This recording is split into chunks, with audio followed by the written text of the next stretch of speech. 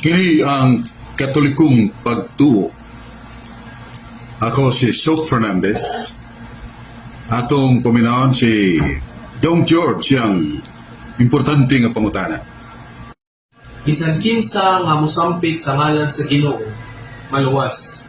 Roma 10, versikulo 13. Kung gusto ka maluwas, tuon ni Jesus kay maluwas ka o ang imong pamilya. Buhat 16, versikulo 31. Akong pangutana, sakto ba nga ang pagtuo lamang maluwas ang tao? Dili sakto ang pangingon nga ang atong pagtuo lamang sa Dios, ang pagtuo lamang ni Kristo makaluwas. Kay kung mauna, pagtuo lang maapil pagkaluwas ang yawa. Kay sa kaduhang suwat ni Santiago 2:19, ang yawa nagtuog Diyos ug nagkurog pagani. Basta maapil pagkaluwas ang yawa kung pagtuo lang.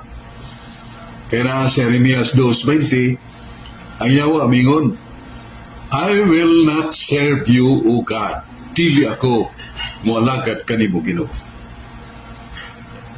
Ang balang kasulatan kung ang pagtulunan ni Kristo atong kuhaan, dili mahimuot ang Diyos.